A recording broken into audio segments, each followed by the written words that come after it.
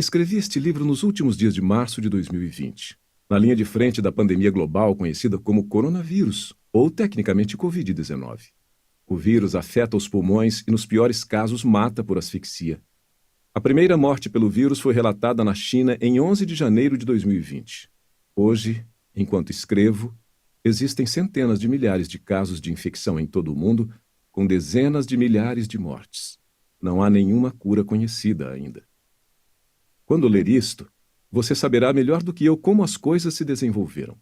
Portanto, não preciso detalhar as medidas que estão sendo tomadas para retardar a propagação do vírus ou o impacto econômico que está sendo exigido. Ajuntamentos sociais, viagens, conferências, reuniões da igreja, teatros, restaurantes, eventos esportivos e empresas estão quase parando. Isso não é sem precedentes globalmente ou nos Estados Unidos. Na epidemia global da gripe espanhola influenza de 1918, usando as estimativas dos Centers for Disease Control and Prevention, 50 milhões de pessoas em todo o mundo morreram. Mais de 500 mil eram americanas. As pessoas sentiam sintomas pela manhã e estavam mortas ao cair da noite. Os corpos eram recolhidos na frente das casas para serem levados para sepulturas abertas por escavadeiras. Um homem foi baleado por não usar máscara. As escolas foram fechadas. Os ministros falaram sobre o Armagedon. É claro que precedentes não provam nada. O passado é um aviso, não um destino. Mesmo assim, este é o momento em que a fragilidade deste mundo é sentida. As fundações aparentemente sólidas estão tremendo. A pergunta que devemos fazer é: temos uma rocha debaixo de nossos pés? Uma rocha que não pode ser abalada nunca? Parte 1. O Deus que reina sobre o coronavírus. 1. Venha para a rocha. Sinto-me compelido a escrever, pois contar com a sorte é um lugar frágil para você colocar a sua esperança. Probabilidades como 3% ou 10%, juventude ou velhice, saúde comprometida ou sem histórico de doença, ambiente rural ou urbano, autoisolamento ou ficar em casa com amigos. Apostar na probabilidade fornece pouca esperança. Não é um lugar firme para permanecer. Existe uma maneira melhor. Há um lugar melhor para permanecer, uma rocha de certezas, em vez da areia das probabilidades. Quando o câncer veio, lembro-me de ter sido informado em 21 de dezembro de 2005 que eu tinha câncer de próstata. Nas próximas semanas, toda a conversa vai sobre probabilidades. A rocha da qual falamos é melhor que isso. Sim, melhor que uma cura. Mesmo antes do telefonema do médico me dizendo que eu tinha câncer, Deus já havia me lembrado de uma maneira notável sobre a rocha debaixo dos meus pés. Após meu habitual exame anual, o urologista olhou para mim e disse: "Gostaria de fazer uma biópsia." Sério, eu pensei. Quando? Agora, se você tiver tempo. Vou arranjar tempo. Enquanto ele pegava a máquina e eu colocava o típico e deselegante avental azul, havia tempo para refletir sobre o que estava acontecendo. Então, ele acha que posso ter câncer. Enquanto meu futuro neste mundo começava a mudar diante dos meus olhos, Deus me trouxe à mente algo que eu havia lido recentemente na Bíblia. Deus falou: "Agora, vamos deixar claro. Eu não ouço vozes. Pelo menos eu nunca ouvi. Minha confiança de que Deus fala está enraizada no fato de que a Bíblia é sua palavra. Mais sobre isso no próximo capítulo. Ele falou de uma vez por todas e ainda fala em sua palavra. A Bíblia, corretamente entendida, é a voz de Deus. Aqui está o que ele me disse no consultório do urologista enquanto eu esperava a biópsia que confirmaria que tinha câncer. John Piper, isso não é ira. Viva ou morra, você estará comigo. Essa é a minha paráfrase. Aqui está o que ele realmente disse. Porque Deus não nos destinou para a ira, mas para alcançar a salvação mediante nosso Senhor Jesus Cristo, que morreu por nós para que, quer vigiemos, quer durmamos, vivamos em união com Ele. 1 Tessalonicenses 5, 9 a 10. Acordado ou dormindo, ou seja, vivo ou morto, eu estarei vivo com Deus. Como pode ser? Eu sou um pecador. Nunca vivi um dia da minha vida, nenhum sequer, sem ficar aquém dos padrões de amor e de santidade de Deus. Então, Como pode ser assim? Como Deus pode dizer: você, John Piper, estará comigo, viva ou morra? Deus nem mesmo esperou a pergunta para responder. É por causa de Jesus somente. Por causa de sua morte, não haverá ira contra mim. Não por causa da minha perfeição. Meus pecados, minha culpa e meu castigo caíram sobre meu Salvador Jesus Cristo. Ele morreu por nós. É o que a palavra dele diz. Portanto, estou livre de culpa, livre de punição, seguro no favor misericordioso de Deus. Viva ou morra, Deus disse, você estará comigo. Isso é muito diferente de apostar na probabilidade do câncer ou do coronavírus. Esta é uma rocha firme sob meus pés. Não é frágil, não é areia. Eu gostaria que fosse uma rocha debaixo dos seus pés. É por isso que estou escrevendo. A rocha é sólida apenas para o porvir? Mas isso não é tudo. Alguém pode ler isso e dizer: pessoas religiosas como você podem encontrar esperança apenas no porvir. Se estão seguros além do túmulo, eles têm o que querem. Mas essa voz de Deus sobre a qual falam oferece pouco envolvimento no agora. Deus começou tudo na criação, suponho, e traz finais felizes para sempre. Mas e quanto o intervalo no meio? Onde ele está agora, precisamente agora, durante este surto de coronavírus? Bem, eu acho que de fato atribuo um valor muito alto à alegria na presença de Deus após a morte por bilhões intermináveis de anos. Em oposição a, digamos, sofrimento sem fim. Isso me parece razoável. Mas a rocha debaixo dos meus pés, a que eu gostaria que compartilhasse, realmente está debaixo dos meus pés agora. A pandemia do coronavírus é onde eu moro, onde todos moramos. E se não fosse o coronavírus, seria o câncer apenas esperando para se repetir. Ou a embolia pulmonar sem motivo aparente de 2014, apenas esperando para romper e ir ao meu cérebro e me transformar em um demente que nunca escreveria outra frase. Ou uma centena de outras calamidades imprevistas que podem me derrubar e você também a qualquer momento. A rocha sobre a qual falo está sob meus pés agora. Eu poderia dizer que a rocha está sob meus pés agora apenas porque a esperança além do túmulo é a esperança presente. O objeto da esperança é o futuro. A experiência da esperança está no presente. E essa experiência atual é poderosa. Esperança é poder, poder presente. A esperança impede que as pessoas se matem agora. Ajuda as pessoas a sair da cama e ir trabalhar agora. Dá sentido à vida cotidiana, mesmo à vida trancada, em quarentena e em casa, agora. Libera do egoísmo advindos do medo e da ganância agora. Capacita o amor, a intrepidez e o sacrifício agora.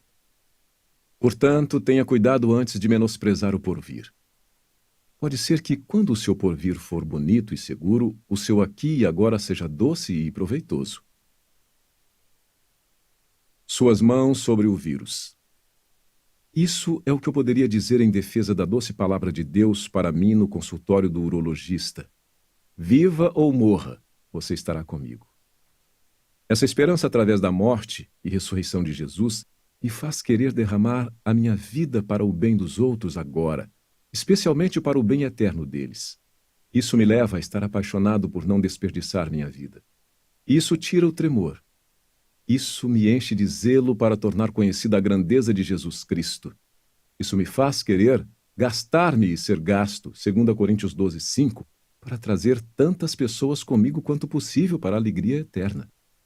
Mas, mesmo que isso seja o que eu poderia dizer, quando alguém alega que o Deus de Piper se especializa no porvir e não no aqui e agora, isso não é a única coisa que precisa ser dita.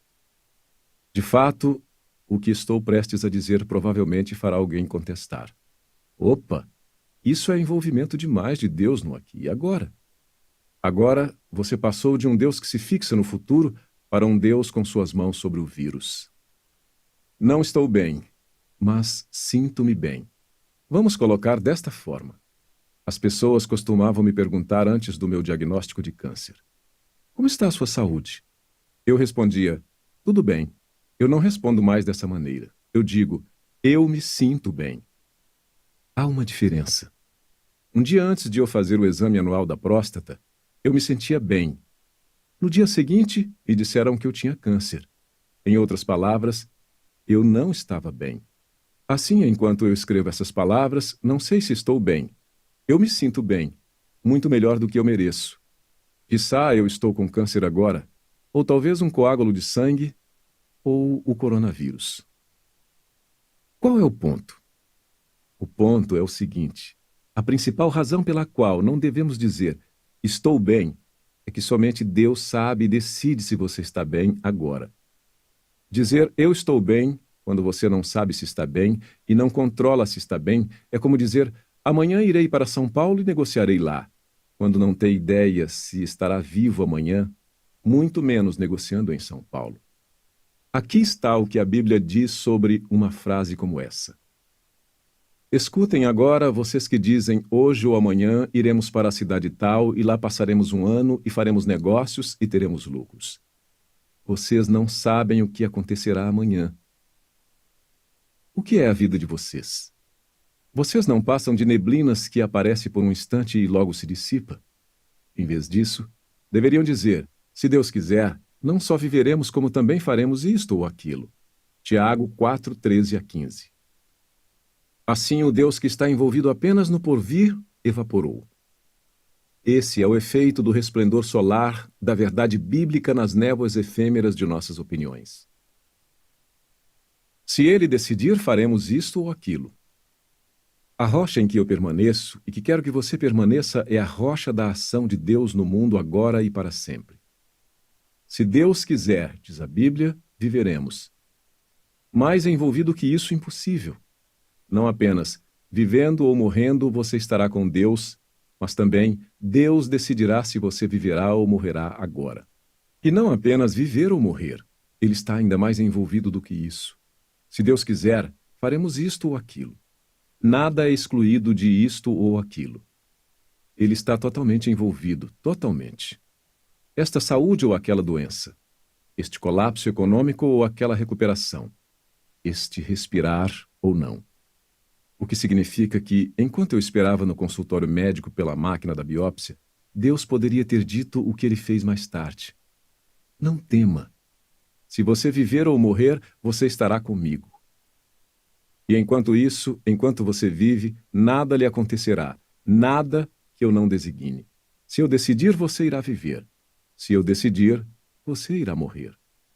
E até você morrer por minha decisão, eu decidirei se você faz isto ou aquilo. Vá ao trabalho. Esta é a minha rocha por hoje, por amanhã e pela eternidade. Venha para a rocha.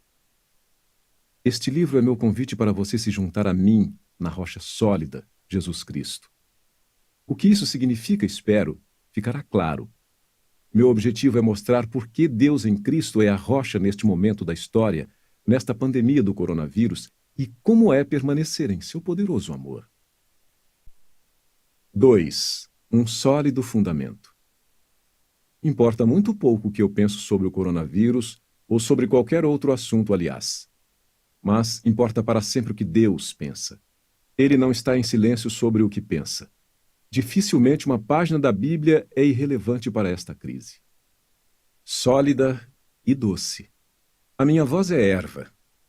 A voz de Deus é granito. A erva seca e a flor cai. Mas a palavra do Senhor permanece para sempre. 1 Pedro 1, 24 a 25. Jesus disse que a palavra de Deus na Escritura não pode falhar. João 10, 35. O que Deus diz é verdadeiro e justo. Salmos 19, 9. Sua palavra é, portanto, um fundamento sólido para a vida. Estabeleceste para sempre os teus testemunhos. Salmos 119, 152. Ouvir a Deus e crer nele é como construir sua casa sobre uma rocha, e não sobre a areia. Mateus 7, 24. A palavra dele é o tipo de conselho que você deseja seguir. Ele é maravilhoso em conselho e grande em sabedoria. Isaías 28, 29. Seu entendimento não se pode medir. Salmos 147, 5. Quando ele aconselha sobre o coronavírus, Seu conselho é firme, inabalável e duradouro. O conselho do Senhor dura para sempre. Salmos 33:11. Ara. O caminho de Deus é perfeito. 2 Samuel 22:31. Portanto, suas palavras são doces e preciosas. São mais desejáveis do que ouro. E são mais doces do que o mel e o destilar dos favos. Salmos 19:10. Portanto, nos melhores e piores momentos, as palavras de Deus trazem paz e alegria inabaláveis. Certamente é assim. Oro para que todos que leiam este livro compartilhem da experiência do profeta Jeremias. As tuas palavras enchem o meu coração de júbilo e de alegria. Jeremias 15:16. E anote isto. A doçura da palavra de Deus não se perde neste momento histórico de providência agridoce. Não se tivermos aprendido o segredo de entristecidos, mas sempre alegres. 2 Coríntios 6:10. Posteriormente, veremos mais de forma mais plena qual é esse segredo. Mas agora, aqui está em uma única frase. O segredo de entristecidos, mas sempre alegres, é saber que a sabedoria que poderia parar a crise do coronavírus, ainda que não o faça, é a mesma sabedoria que sustenta a alma durante esse tempo. De fato, mais do que sustenta, adoça. Adoça com a esperança de que os propósitos de Deus são bondosos, mesmo na morte, para aqueles que confiam nele. Como você sabe disso? Portanto, mais urgente ainda é a pergunta: como você sabe que a Bíblia é a palavra de Deus?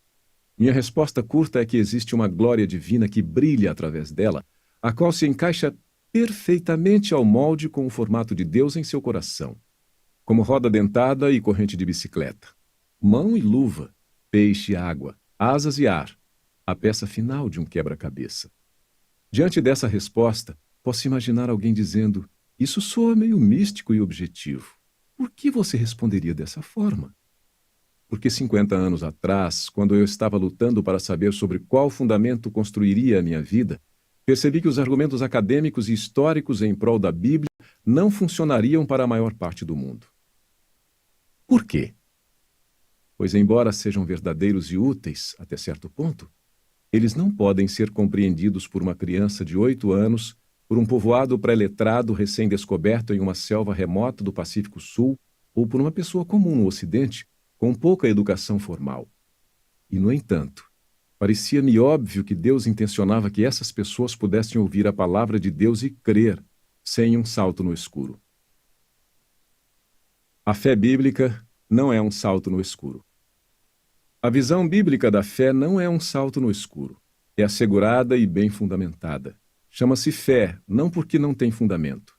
Chama-se fé porque envolve confiança. Jesus não chamou os crentes de cegos, ele chamou os incrédulos de cegos. Mateus 15:14. Vendo não veem. Mateus 13:13. A fé salvadora na palavra de Deus é baseada em ver. Ver de verdade. Ver o quê? A Bíblia responde assim: Satanás faz tudo o que pode para cegar o entendimento dos descrentes, para que não vejam a luz do Evangelho da glória de Cristo, que é a imagem de Deus. 2 Coríntios 4:4, NVI. Em outras palavras, existe um tipo de luz espiritual que brilha através do Evangelho, a história bíblica da salvação. Que tipo de luz? É a luz da glória de Cristo, que é a imagem de Deus. Isso não é mágico, não é místico no sentido de algo aparente, mas que realmente não existe. Jesus Cristo é o tipo de pessoa divina humana cuja glória moral, espiritual e sobrenatural, sua beleza, dignidade e grandeza, brilha através da palavra de Deus. Ela autentica a Escritura como verdadeira. Um molde com o formato de Deus em sua alma. É por isso que digo que há uma glória divina que brilha através das Escrituras que se encaixa perfeitamente ao molde com o formato de Deus em seu coração. Dessa maneira, essa glória autentica a verdade e o valor da Bíblia. Sim, acredito que exista um molde com o formato de Deus, um tipo de conhecimento indireto de Deus em toda a alma humana. A Bíblia assim expõe. Falando sobre toda a humanidade, ela diz: O que se pode conhecer a respeito de Deus é manifesto entre eles. Tendo conhecimento de Deus, não o glorificaram como Deus, nem lhe deram graças. Romanos 1, 19 e 21. A Bíblia ensina que esse conhecimento em cada alma torna todos nós responsáveis por ver a glória de Deus na natureza. Da mesma forma, também somos responsáveis por ver a glória de Deus em Jesus através de sua palavra. Os céus proclamam a glória de Deus. Salmos 19, 1. Há uma obrigação de ver os céus e dar graças. Assim também o Filho de Deus revela a glória de Deus. Somos responsáveis por vê-la e adorar. O apóstolo João diz: vimos a sua glória, glória como do unigênito do Pai. João 1,14. Essa é a glória auto-identificadora que brilha da palavra de Deus e nos dá um fundamento assegurado e bem alicerçado para crer que as Escrituras cristãs são de Deus. Tecnologia versus provar. O modo como conhecemos a glória de Deus nas Escrituras é semelhante ao modo como sabemos que o mel é mel. A ciência e a tecnologia podem dizer que esse frasco contém mel por causa de experimentos químicos. Assim como os estudiosos da Bíblia podem argumentar convincentemente que a Bíblia é historicamente confiável. Mas a maioria das pessoas não é um cientista ou estudioso. Sabemos que algo é mel porque o provamos. Da mesma forma, há uma doçura divina na glória de Deus na mensagem da Bíblia. Toca uma parte de nós a qual sabemos que foi colocada lá por Deus. Quão doces são as tuas palavras ao meu paladar! Mais que o mel à minha boca. Salmos 119 e 103. Provem e vejam que o Senhor é bom. Salmos 34, 8. Este é um ver e provar verdadeiros. Não é faz de conta. Vê e prova o que está realmente lá. Sim, para a rocha do nosso conforto. Então, quando Jesus diz a Escritura não pode falhar, João 10:35, e quando o apóstolo Paulo diz toda a Escritura é inspirada por Deus, 2 Timóteo 3,16, e quando o apóstolo Pedro diz que os autores das Escrituras foram movidos pelo Espírito Santo, 2 Pedro 1:21, nosso coração diz sim. Nós provamos e vimos. Nós conhecemos. E o conhecimento é bem fundamentado. Não estamos saltando no escuro. Toda a nossa alma ressoa com o brado bíblico. Todas as tuas palavras são verdadeiras. Salmos 119 e 160, NTLH. Para sempre, ó Senhor, a tua palavra está firmada no céu. Salmos 119, 89. Cada palavra de Deus é comprovadamente pura. Provérbios 35, nova versão internacional. Quando isso acontece, toda a verdade de Deus nos inunda, mesmo diante do coronavírus. Vem com um conforto incomparável, multiplicando-se em mim as inquietações, as tuas consolações que me alegram a alma. Salmos 94, 19. Perto está o Senhor dos que têm o coração quebrantado. Ele salva os de espírito oprimido. Muitas são as aflições do justo, mas o Senhor de todas o livra. Salmos 34, 18 a 19. Ninguém pode consolar nossas almas nesta pandemia da maneira que Deus o pode. Seu conforto é inabalável. É o conforto de uma rocha grande e alta em meio ao mar tempestuoso. E vem da sua palavra, a Bíblia. 3. A rocha é justa. Se Deus vai ser a nossa rocha, ele precisa ser justo. Uma rocha injusta é uma miragem. Uma pandemia global abala justamente a nossa confiança de que Deus é justo, santo e bom. Se Deus não é justo no meio dessa pandemia, não temos uma rocha. Então precisamos perguntar: o que são a santidade, a justiça e a bondade de Deus? Porque se não sabemos o que são, como saberemos se esse surto de coronavírus não as faz desmoronar? Ou, em vez disso, como saberemos se elas são os fundamentos eternos da rocha que nos salva? O que veremos é que a Bíblia retrata a santidade, a justiça e a bondade de Deus, não como idênticas, mas como interligadas. Comecemos com a santidade de Deus. O que é? Dignidade transcendente e infinita. O significado da raiz da palavra santidade no Antigo Testamento traz a ideia de estar separado, diferente e separado do comum. E quando aplicada a Deus, essa separação implica que ele está sozinho em outro patamar. Ele é como um diamante sem igual e extremamente valioso. Podemos usar a palavra transcendente para esse tipo de separação divina. Ele é tão singularmente separado que transcende toda outra realidade. Ele está acima de tudo e é mais valioso do que tudo. Quando Moisés atingiu a rocha, em vez de falar a ela da maneira que Deus ordenou, Deus o repreendeu. Vocês não confiaram em mim para honrar minha santidade à vista dos israelitas. Números 20:12, NVI. Em outras palavras, Moisés tratou Deus não como alguém excepcional e extremamente confiável, mas como apenas mais uma autoridade humana junto a outras que poderiam ser ignoradas. Ou em Isaías 8:12-13, Deus disse a Isaías: Não temam aquilo que o povo teme, nem fiquem apavorados. Ao Senhor dos Exércitos, a Ele vocês devem santificar. É a Ele que devem temer, é dele que devem ter pavor. Em outras palavras, não coloque Deus no mesmo patamar que todos os seus temores e pavores comuns. Trate-o como um temor e pavor absolutamente separados e únicos, transcendentes. Portanto, a santidade de Deus é sua infinita transcendência e seu supremo valor. Ele está sozinho em outro patamar, o que significa que ele não depende de mais nada para sua existência. Ele é autoexistente. Então, ele não precisa de nada e não depende de nada. Ele é completo, perfeito. Assim, possui um valor supremo como fonte de toda a realidade e de todo valor. Acima de tudo, mas não solitário. A elevação infinita de Deus acima de toda outra realidade não significa que ele seja uma mente solitária e sem amor. A doutrina histórica da Trindade é completamente bíblica. Deus existe como três pessoas divinas. Mas esses três são uma essência divina. Existe um Deus, não três. Mas esse Deus único existe em uma unidade misteriosa e verdadeira de Pai, Filho e Espírito Santo.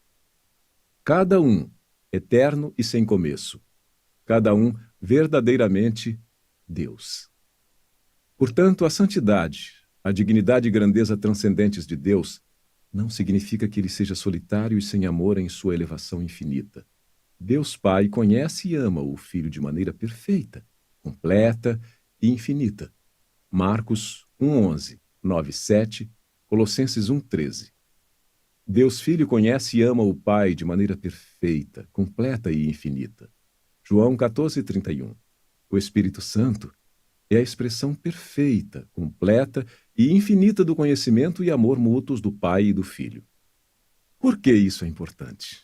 Porque essa perfeita comunhão trinitária é essencial para a plenitude, perfeição e completude de Deus.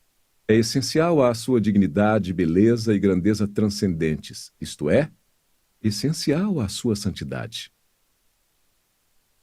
A santidade está interligada à justiça.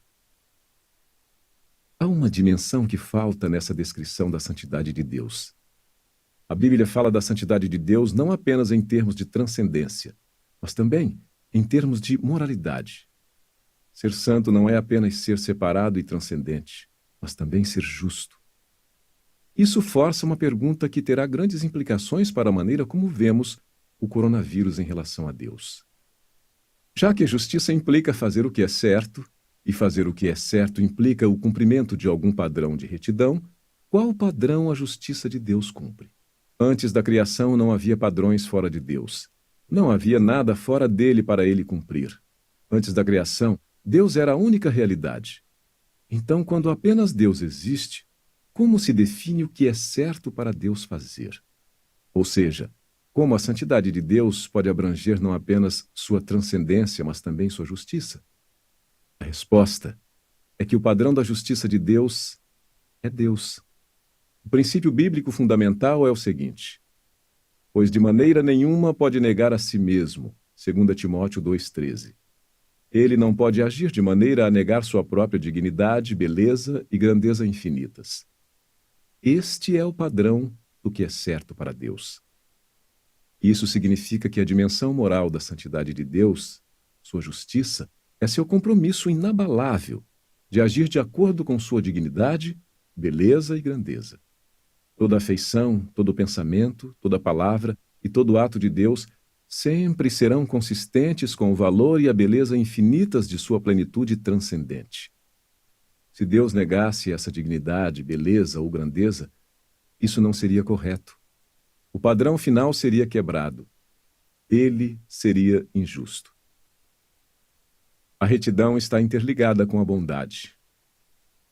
A bondade de Deus não é idêntica à sua santidade ou justiça, mas é interligada de forma que sua santidade transborda em bondade, e sua justiça guia a dádiva dessa bondade. Elas nunca se contradizem. A bondade de Deus é a sua disposição de ser generoso, de fazer o que abençoa os seres humanos. A plenitude e perfeição transcendentes de Deus, sua santidade, é como uma fonte que transborda. É por isso que ele é inclinado a ser generoso. Deus não é carente. Portanto,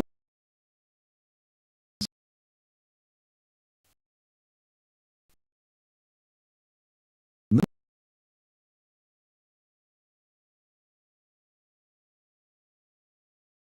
quem a todos dá vida, respiração e tudo mais. Atos 17 e 25. Mas sua bondade não está desconectada de justiça. Não é concebido de maneira a negar sua dignidade, beleza e grandeza infinitas. É por isso que a justiça de Deus envolve punição final, bem como bondade. Quando Deus pune aqueles que não se arrependem no inferno, ele não lhes concede sua bondade. Mas ele não deixa de ser bom. Sua santidade e justiça governam a concessão de sua bondade. É por isso que sua bondade flui especialmente àqueles que o temem e que se refugiam nele. Como é grande a tua bondade que reservaste aos que te temem, da qual usas diante dos filhos dos homens para com os que em ti se refugiam. Salmos 31, 19. Essa reverência e fé não fazem alguém merecer a bondade de Deus? Pecadores finitos e totalmente dependentes não podem merecer nada de Deus. A bondade de Deus para com pecadores é sempre livre e imerecida. Por que então Deus é propenso a mostrar sua bondade abundante àqueles que o temem e que nele se refugiam? É porque tal reverência e fé demonstram a dignidade, beleza e grandeza de Deus, Romanos 4, 20. E, portanto, a justiça de Deus o inclina a afirmar tais atitudes que honram a Deus. E sobre o coronavírus? No próximo capítulo, passaremos à sabedoria de Deus que tudo sabe e tudo governa sobre todas as coisas. Mas o que vimos aqui nos impedirá de concluir que a mão de Deus sobre o coronavírus desabone sua santidade, retidão ou bondade. Não seremos tão ingênuos a ponto de equiparar o sofrimento humano à injustiça divina, ou concluir que Deus deixou de ser santo ou bom ao governar seu mundo. Todos nós somos pecadores, sem exceção. Beleza e grandeza de Deus por coisas que apreciamos mais. Romanos 1, 23, 3, 23. Isso é uma desonra vergonhosa a Deus, quer reconheçamos ou não. Portanto, merecemos ser punidos. Nossa desonra da glória de Deus nos torna objetos dignos da ira sagrada. A Bíblia diz que somos, por natureza, filhos da ira. Efésios 2, 3. O que significa que Deus seria santo e justo ao reter sua bondade de nós. O coronavírus, portanto, não aponta para a falta de santidade, justiça ou bondade de Deus. Nossa rocha nesses dias conturbados não é injusta. Ele não é profano. Ninguém é santo como o Senhor. Não há rocha como nosso Deus. 1 Samuel 2:2. 4. Soberano sobre tudo. No capítulo 2 usei a expressão providência agridoce.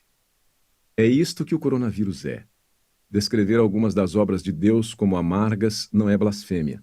Naomi, a sogra de Ruth, que perdeu o marido, os 2 filhos e uma nora, por fome e exílio, disse: O Todo-Poderoso tornou minha vida muito amarga. De mãos cheias eu parti, mas de mãos vazias o Senhor me trouxe de volta. O Todo-Poderoso me trouxe desgraça. Ruth 1, 20 a 21. Ela não estava mentindo, exagerando ou acusando. Era um fato simples e terrível. A providência agridoce não é uma depreciação dos caminhos de Deus, é uma descrição. Eu também disse no capítulo 2 que a doçura da palavra de Deus não diminui no meio dessa providência agridoce. Não se tivermos aprendido o segredo de entristecidos, mas sempre alegres. 2 Coríntios 6:10.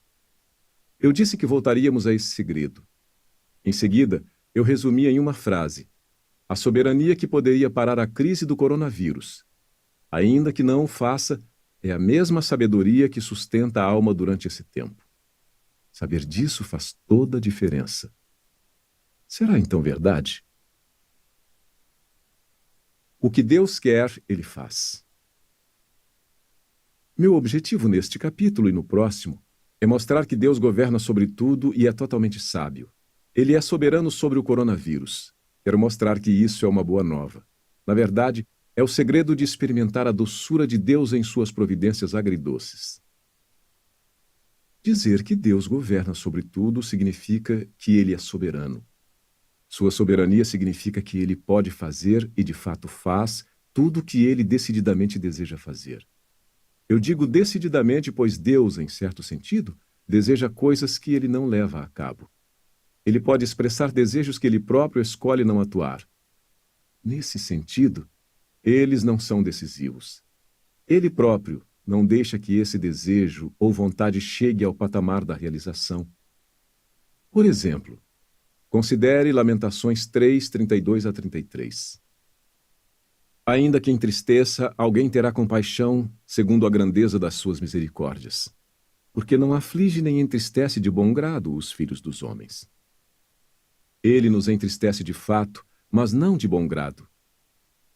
Entendo que isso significa que, embora existam aspectos de seu caráter, seu coração, que se inclinam contra nos entristecer, outros aspectos de seu caráter ditam a santidade e a justiça de nos entristecer. Ele não é indeciso. Existe uma perfeita beleza e coerência na forma como todos os seus atributos cooperam. Mas ele também não é sem complexidade. Seu caráter é mais como uma sinfonia do que uma performance solo. Então, quando digo que a sabedoria de Deus significa que Ele pode fazer, e de fato faz, tudo o que Ele decididamente deseja fazer, quero dizer que não há força fora dele que possa impedir ou frustrar sua vontade. Quando Ele decide que algo deve acontecer, isso acontece. Ou dito de outra maneira, tudo acontece porque Deus deseja que aconteça. Soberania universal. Isaías ensina que isso faz parte da própria essência do que significa ser Deus. Eu sou Deus e não há outro. Eu sou Deus e não há outro semelhante a mim. Desde o princípio anuncio o que há de acontecer, e desde a antiguidade revelo as coisas que ainda não sucederam. Eu digo, o meu conselho permanecerá em pé, e farei toda a minha vontade. Isaías 46, 9 a 10. Ser Deus é fazer com que seu próprio conselho permaneça em pé sempre. Deus não apenas declara quais eventos futuros acontecerão. Ele os faz acontecer. Ele fala a sua palavra e depois acrescenta: eu velo sobre a minha palavra para a cumprir. Jeremias 1:12. Isso significa aquilo que Jó aprendeu por meio de uma difícil experiência. Bem sei que tudo podes, e nenhum dos teus planos pode ser frustrado. Jó 42:2.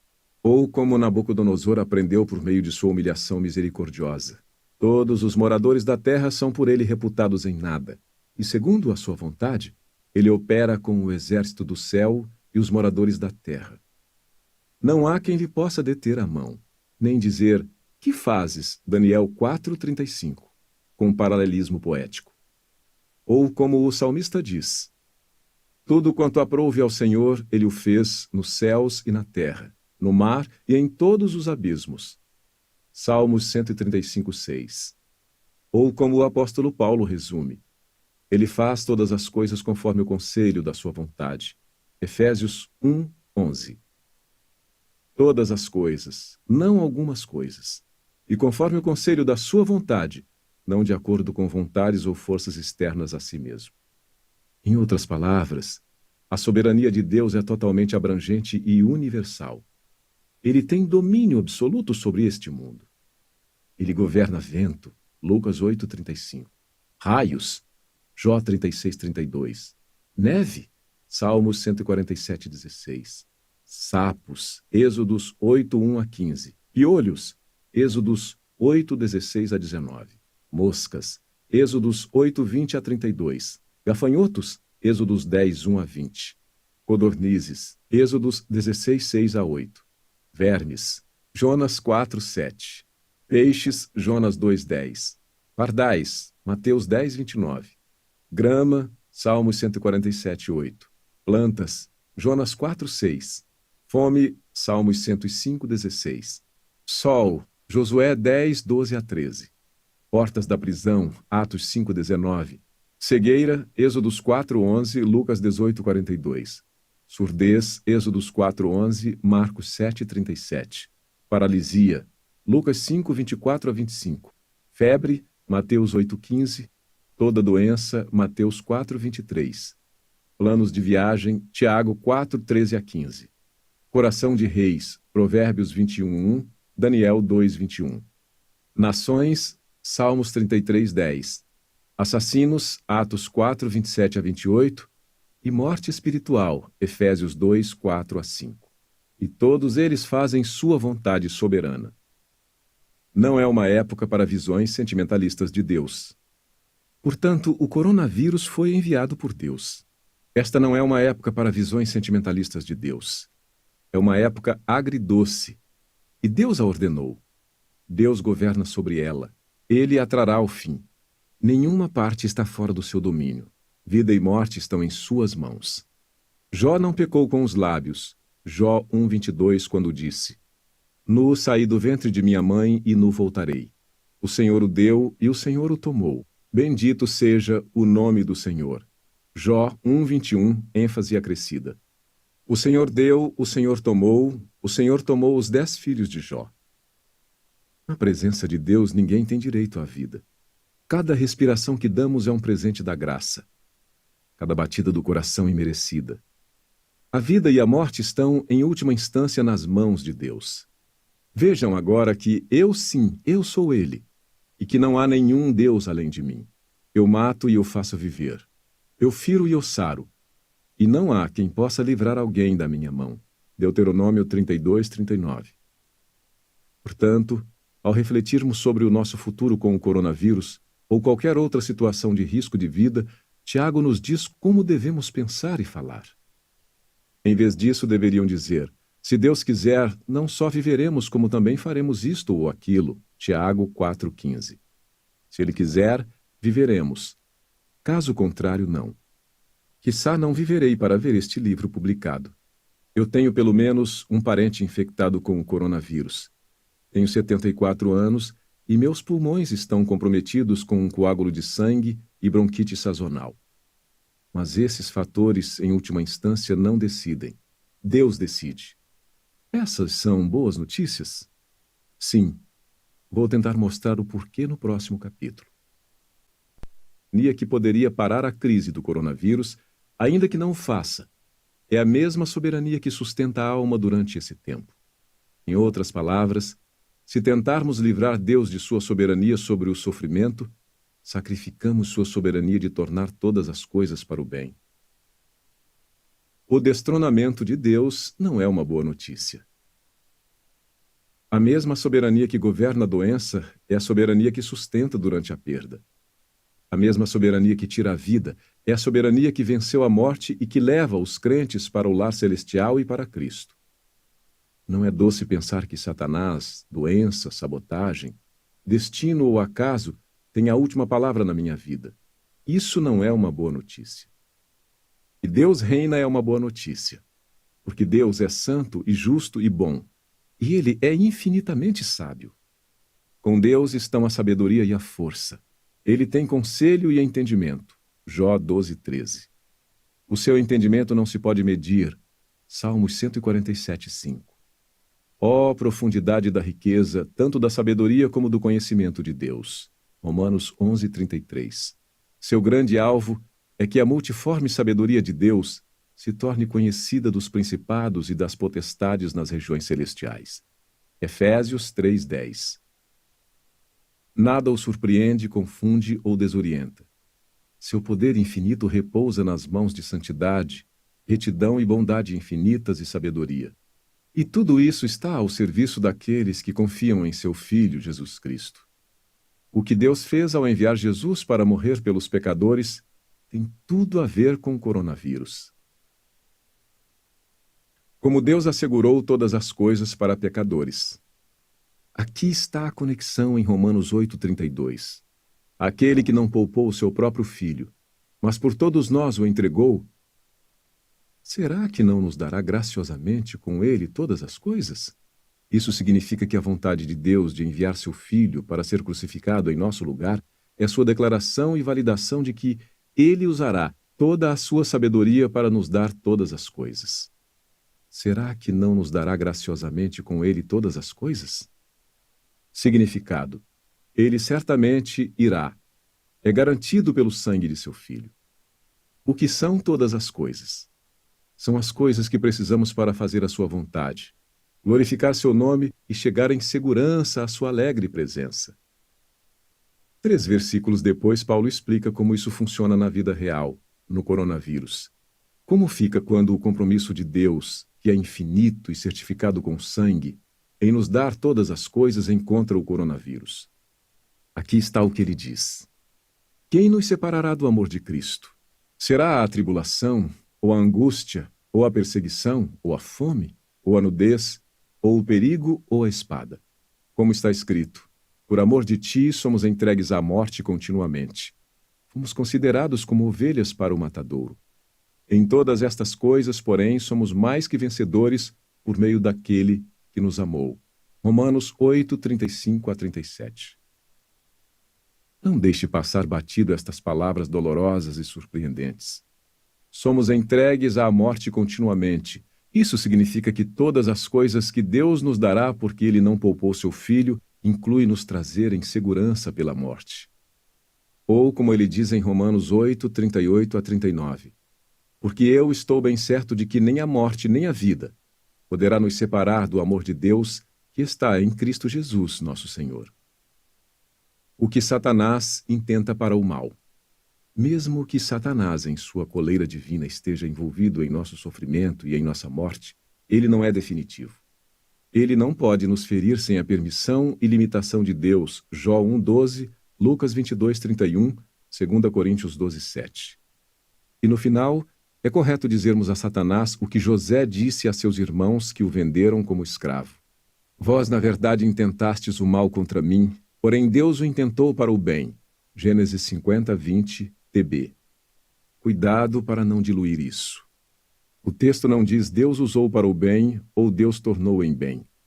Diz, Deus intentou para o bem. Eles tinham um propósito maligno. Deus tinha um propósito benigno. Deus não começou a limpar a bagunça no meio daquela situação pecaminosa. Ele tinha um propósito, uma intenção desde o começo. Desde o início, ele a intentou para o bem. Essa é a chave para o conforto quando a maldade dos homens e a maldade de Satanás integram o nosso sofrimento. Em Cristo, temos todo o direito de dizer a Satanás ou aos homens maus, você intentou para o mal, mas Deus intentou para o bem. Nem Satanás, nem doenças, nem ímpios são soberanos. Somente Deus é. Ele é bom e sábio e soberano. Nem um pardal, todo o cabelo. Jesus expressa a doçura da sabedoria de Deus para seus discípulos de forma singularmente bela. Não se vendem 2 pardais por uma moedinha? Entretanto, nenhum deles cairá no chão sem o consentimento do Pai de vocês. E quanto a vocês, até os cabelos da cabeça de vocês estão todos contados. Portanto, não temam. Vocês valem bem mais do que muitos pardais. Mateus 10, 29-31. Nenhum pardal cai a não ser pelo plano de Deus. Nenhum vírus se move a não ser pelo plano de Deus. Esta é uma sabedoria meticulosa. E o que Jesus disse a seguir? 3 coisas. Vocês valem bem mais do que muitos pardais. Os cabelos da cabeça de vocês estão numerados. Não temam. Por que não? Porque a meticulosa soberania de Deus, quer vivamos ou morramos, serve à sua santidade, justiça, bondade e sabedoria. Em Cristo, não somos peões dispensáveis. Nós somos seus filhos valiosos.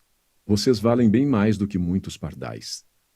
Este é o segredo mencionado anteriormente. Saber que a sabedoria que poderia parar a crise do coronavírus, ainda que não o faça, é a mesma sabedoria que sustenta a alma durante esse tempo. E não apenas sustenta, mas faz com que tudo, amargo e doce, trabalhe em conjunto para o nosso bem. O bem daqueles que amam a Deus e são chamados em Cristo. Romanos 8, 28 a 30. Imortal até que meu trabalho esteja concluído. Esse tipo de confiança sólida diante da morte encorajou o povo de Cristo por 2000 anos. A verdade da sábia e boa soberania de Deus tem sido o poder estabilizador de milhares de cristãos nos sacrifícios de amor. Por exemplo, Henry Martyn, missionário na Índia e na Pérsia, que morreu de peste como o coronavírus, quando tinha 31 anos, 16 de outubro de 1812, escreveu em seu diário em janeiro de 1812. Ao que parece, o presente ano será mais perigoso do que qualquer outro que eu tenha visto. Mas se eu viver para completar o Novo Testamento persa, minha vida depois disso será de menor importância.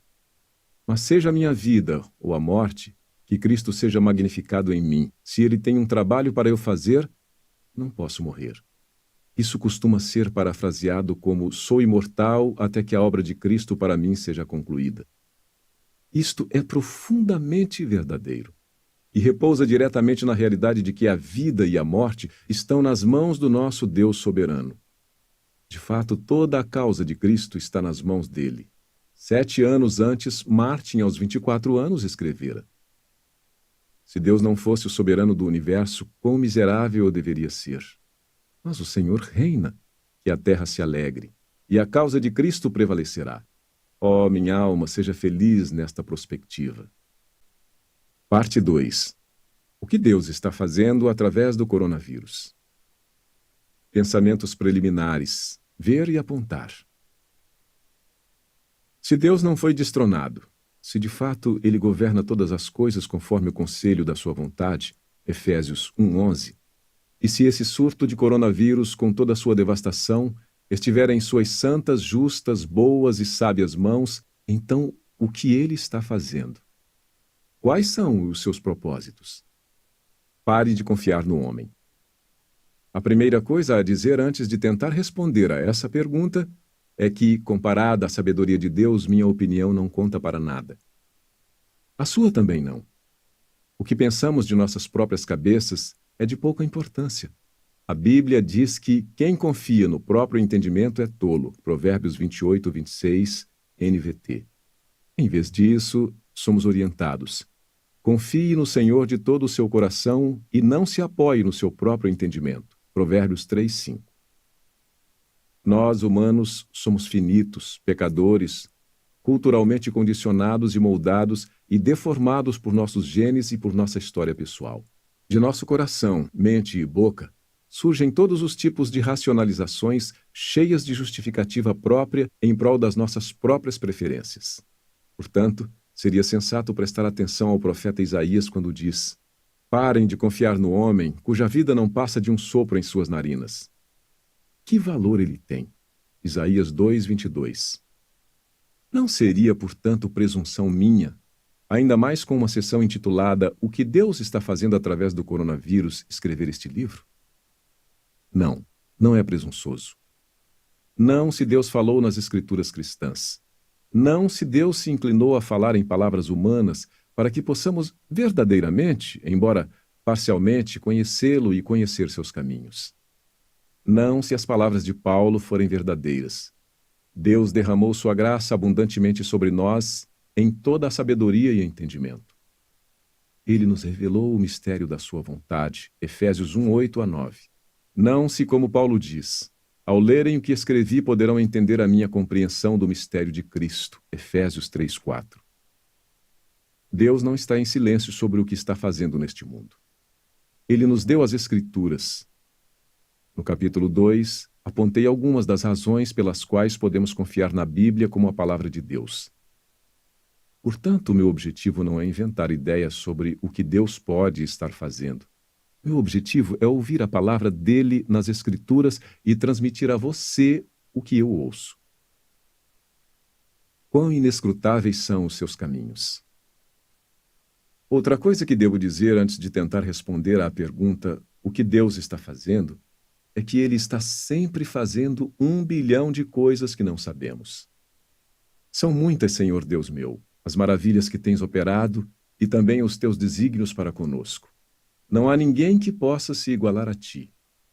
Eu quisera anunciá-los e deles falar, mas são mais do que se pode contar. Salmos 45. Seus desígnios com o coronavírus não são apenas incontáveis. Eles são de muitas maneiras inescrutáveis.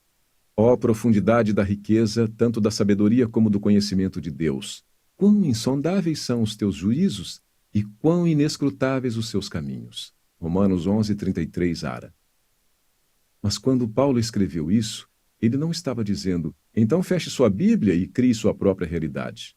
Pelo contrário, essas palavras sobre os caminhos inescrutáveis de Deus foram escritas com um clímax para 11 capítulos das melhores notícias do mundo, todas escritas para serem entendidas.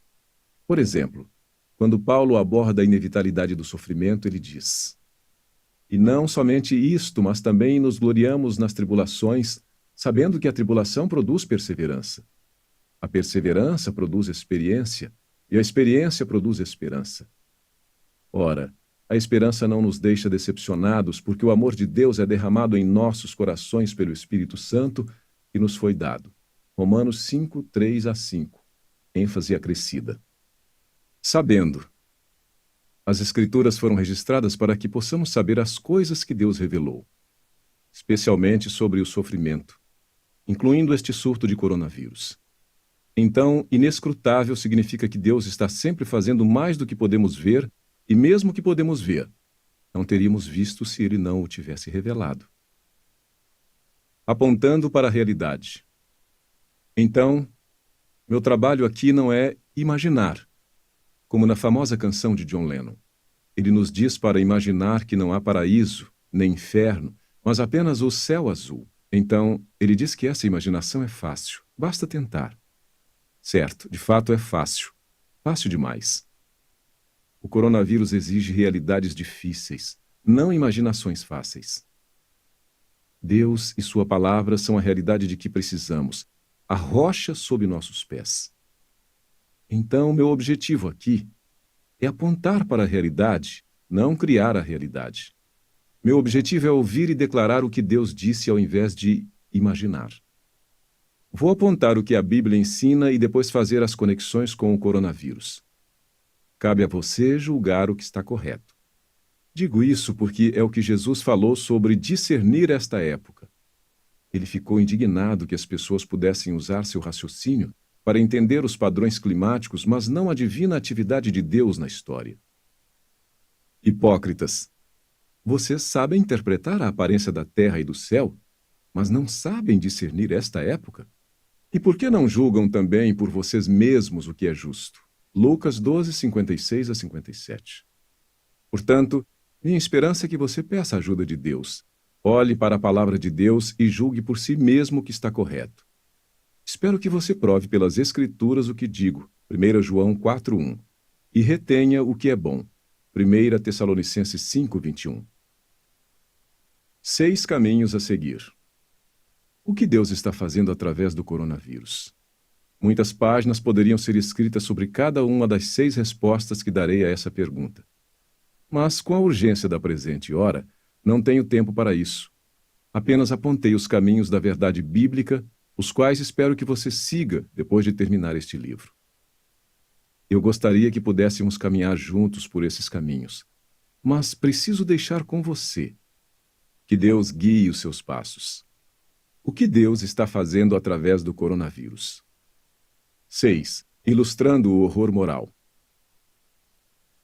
Resposta 1. Deus está dando ao mundo no surto de coronavírus, assim como em todas as outras calamidades, uma ilustração física do horror moral e da feitura espiritual do desdenhoso pecado. De fato, o pecado é o motivo de toda a miséria física existir. O 3º capítulo da Bíblia descreve a entrada do pecado no mundo.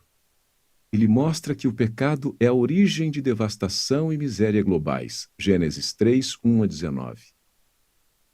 Paulo resumiu em Romanos 5:12.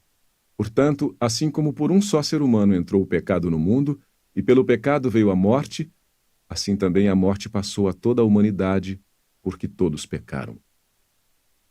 O mundo está quebrantado desde então. Toda a sua beleza está entrelaçada com o mal, com desastres, com doenças e com frustrações. Deus o criou perfeito. Deus viu tudo o que havia feito e eis que era muito bom. Gênesis 1:31. Mas, desde a queda da humanidade no pecado até os dias de hoje, a história, mesmo com todas as suas maravilhas, é uma esteira transportadora de cadáveres. A queda é juízo. A Bíblia não vê esse quebrantamento como algo meramente natural, mas como o juízo de Deus em um mundo permeado pelo pecado. Aqui está como Paulo descreveu os efeitos do juízo de Deus no mundo por causa do pecado. Pois a criação está sujeita à vaidade, não por sua própria vontade, mas por causa daquele que a sujeitou, na esperança de que a própria criação será libertada do cativeiro da corrupção para a liberdade da glória dos filhos de Deus.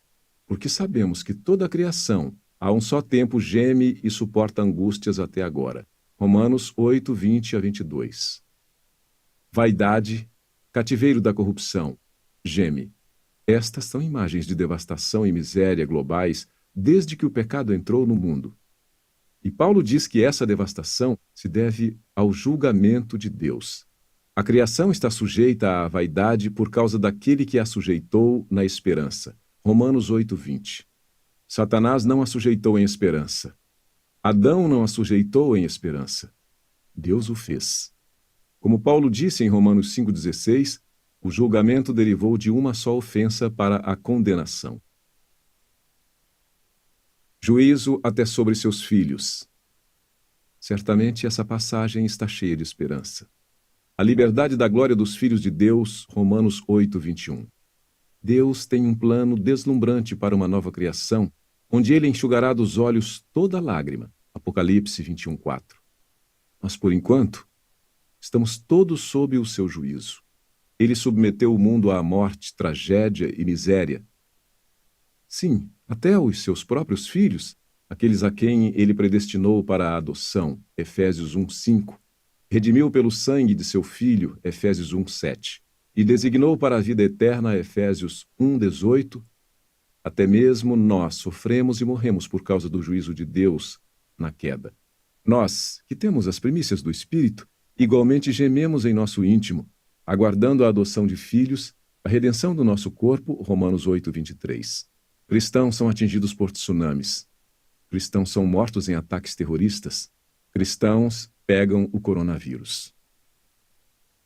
Purificação, não punição. A diferença para os cristãos, aqueles que abraçam a Cristo como seu tesouro supremo, é que a nossa experiência com essa corrupção não é condenatória. Agora, pois, já não existe nenhuma condenação para os que estão em Cristo Jesus. Romanos 8:1. A dor para nós é purificadora, não punitiva. Deus não nos destinou à ira. 1 Tessalonicenses 5:9. Nós morremos de doenças e desastres como todo ser humano. Mas para aqueles que estão em Cristo, o aguilhão da morte foi removido. 1 Coríntios 15:55. Morrer é lucro. Filipenses 1:21. Partir é estar com Cristo. Filipenses 1:23. Satanás é real e limitado. Quando rastreio as misérias deste mundo de volta ao juízo de Deus, não estou fechando os olhos para o fato de que Satanás está muito envolvido com nossa miséria global. A Bíblia o chama de o Deus deste mundo, 2 Coríntios 4:4, e o príncipe deste mundo, João 12:31, NVI, e o príncipe da potestade do ar, Efésios 2:2. Ele tem sido um assassino desde o princípio, João 8:44. Ele aprisiona e oprime com muitas doenças, Lucas 3:16, Atos 10:38. Mas Satanás está preso em uma coleira. A coleira está nas mãos de Deus. Ele não age sem a licença de Deus. Ele age apenas com permissão e limitação. Jó 1:12, 2:6, Lucas 22:31, 2 Coríntios 12:7.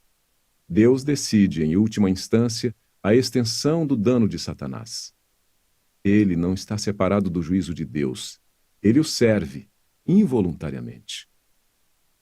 A questão-chave. Agora, aqui está a questão que torna o propósito do coronavírus mais nítido. Por que Deus trouxe um juízo físico ao mundo por um mal moral? Adão e Eva desafiaram a Deus. Seus corações se voltaram contra Deus. Eles preferiram sua própria sabedoria à dele.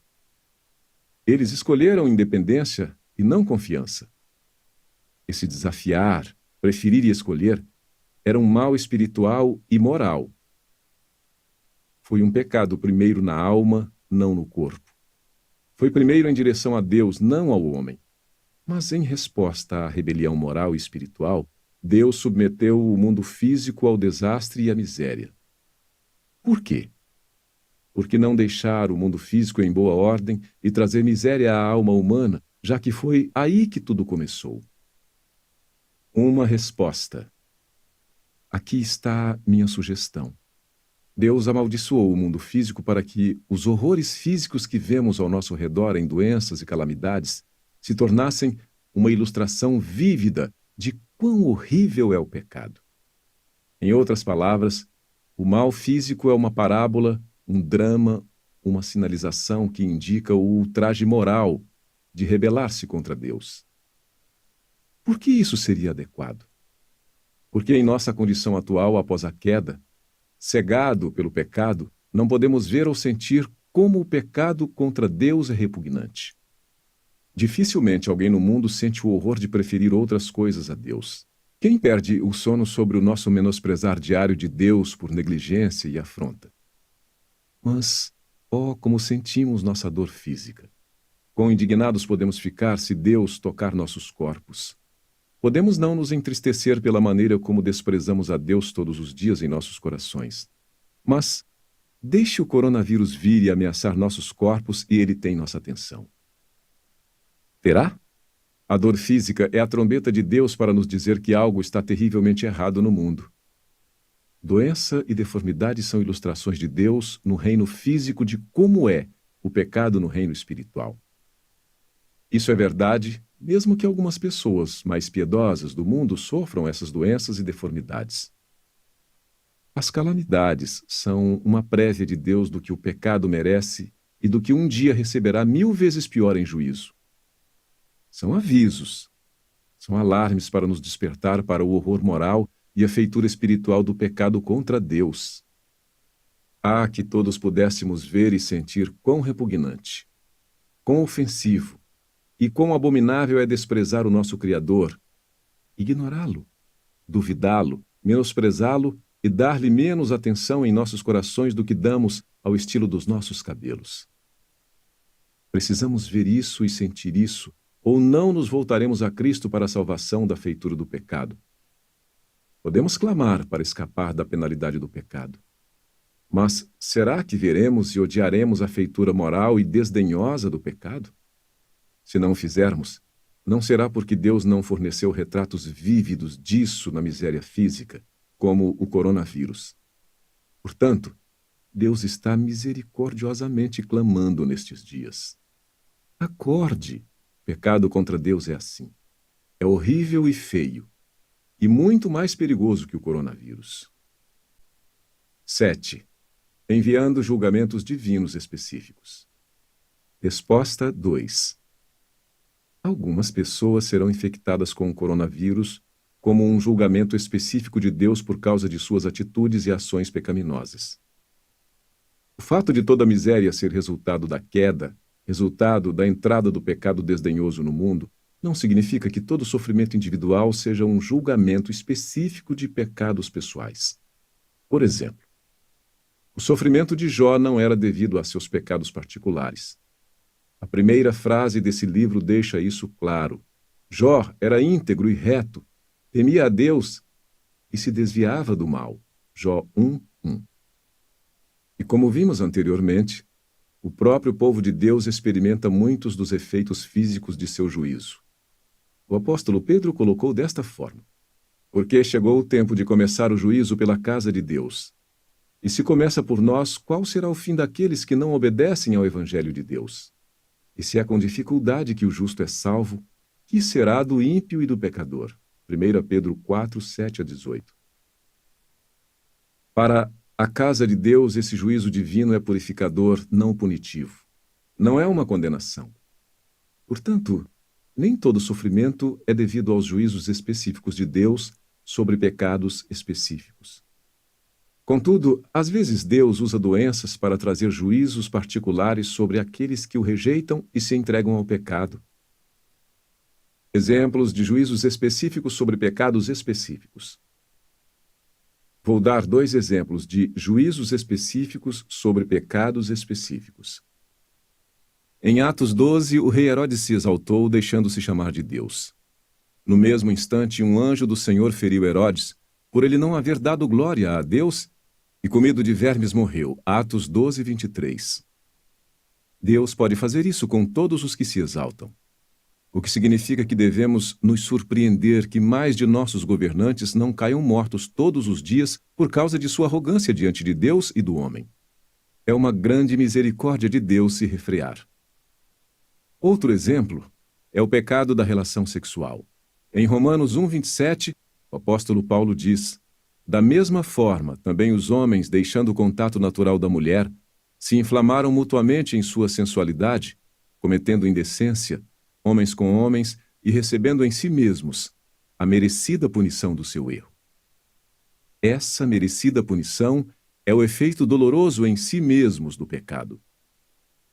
Essa merecida punição é apenas um exemplo do juízo de Deus que vemos em Romanos 1:18, o qual diz: a ira de Deus se revela do céu contra toda impiedade e injustiça dos seres humanos, e por meio da sua injustiça, suprimem a verdade.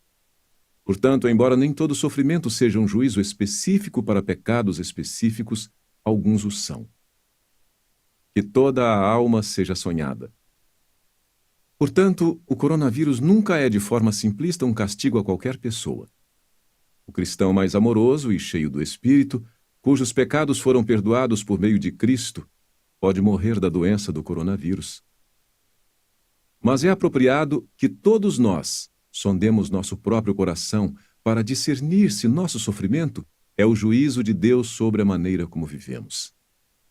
Se formos a Cristo, podemos saber que o nosso sofrimento não é o juízo punitivo de Deus. Podemos saber disso porque Jesus disse: quem ouve a minha palavra e crê naquele que me enviou tem a vida eterna, não entra em juízo, mas passou da morte para a vida. João 5:24. Agora, pois, já não existe nenhuma condenação para os que estão em Cristo Jesus. Romanos 8:1. É disciplina, não destruição. Porque o Senhor corrige a quem ama e castiga todo o filho a quem aceita. Hebreus 12:6. 8. Despertando-nos para a segunda vinda. Resposta 3. O coronavírus é um alerta de Deus para estarmos prontos para a segunda vinda de Cristo. Embora a história da Igreja cristã esteja entulhada de previsões fracassadas do fim do mundo, continua sendo verdade que Jesus Cristo está voltando. Homens da Galileia, disse o anjo na partida de Jesus, por que vocês estão olhando para as alturas?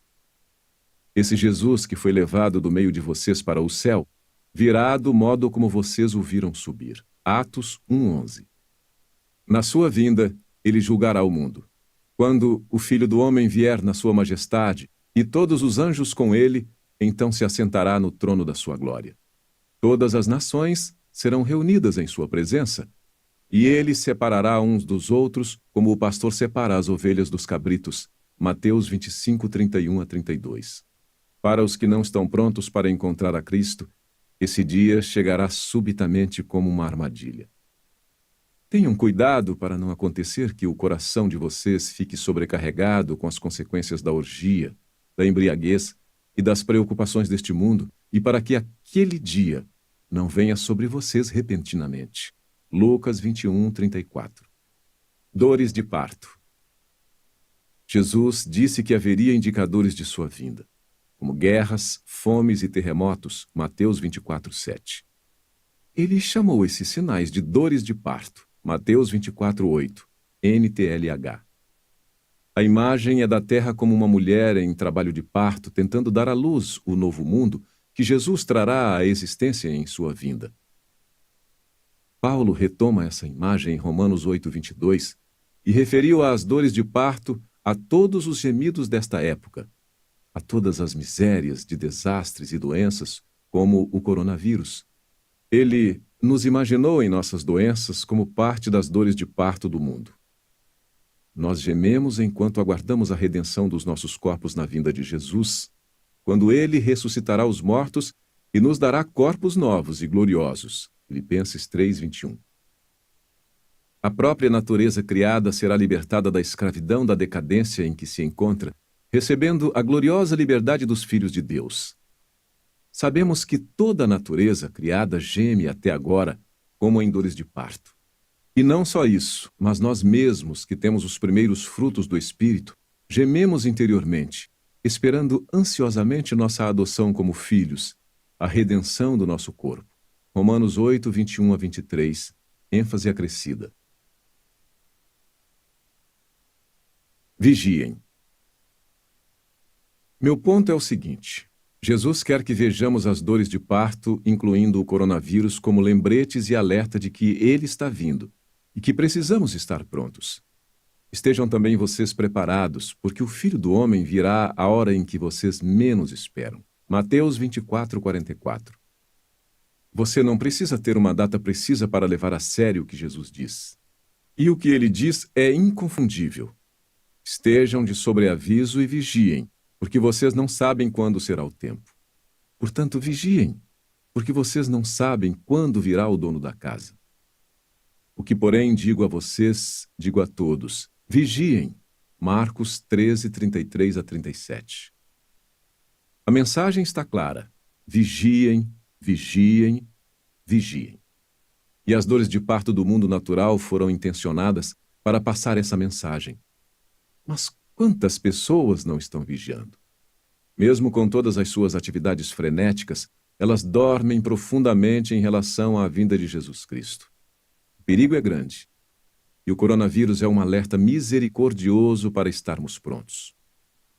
O caminho para estar pronto é vir a Jesus Cristo, receber o perdão pelos pecados e andar na sua luz. Então você estará entre aqueles que não estão em trevas, para que esse dia os apanhe de surpresa como ladrão. Porque vocês todos são filhos da luz? Assim, pois, vigiemos e sejamos sóbrios, porque Deus não nos destinou para a ira, mas para alcançar a salvação mediante o nosso Senhor Jesus Cristo, que morreu por nós, para que, quer vigiemos, quer durmamos, vivamos em união com Ele. 1 Tessalonicenses 5, 4-10. 9. Realinhando-nos ao valor infinito de Cristo. Resposta 4. O coronavírus é a chamada estrondosa de Deus para nos arrependermos e realinharmos as nossas vidas ao valor infinito de Cristo. O coronavírus não é exclusivo como chamada ao arrependimento. De fato, todos os desastres naturais, sejam inundações, fomes, gafanhotos, tsunamis ou doenças, são convocações dolorosas e misericordiosas de Deus para nos arrependermos. Vemos isso pela maneira como Jesus responde aos desastres em Lucas 13, 1-5. Naquela mesma ocasião, estavam ali algumas pessoas que falaram para Jesus a respeito dos galileus, cujo sangue Pilatos havia misturado com os sacrifícios que os mesmos realizavam. Então Jesus lhes disse: Vocês pensam que esses galileus eram mais pecadores do que todos os outros galileus por terem padecido estas coisas? Digo a vocês que não eram. Se, porém, não se arrependerem, todos vocês também perecerão. E quanto àqueles 18 sobre os quais desabou a torre de Siloé e os matou, vocês pensam que eles eram mais culpados do que todos os outros moradores de Jerusalém? Digo a vocês que não eram. Mas, se não se arrependerem, todos vocês também perecerão. Pilatos havia executado adoradores no templo. A torre em Siloé desabou e matou 18 transeuntes. Um desastre foi fruto da maldade humana. O outro foi aparentemente um acidente. O significado da calamidade para você. As multidões querem saber de Jesus. Qual é o significado disso? Foi um ato de juízo específico de Deus sobre pecados específicos? A resposta de Jesus é maravilhosa.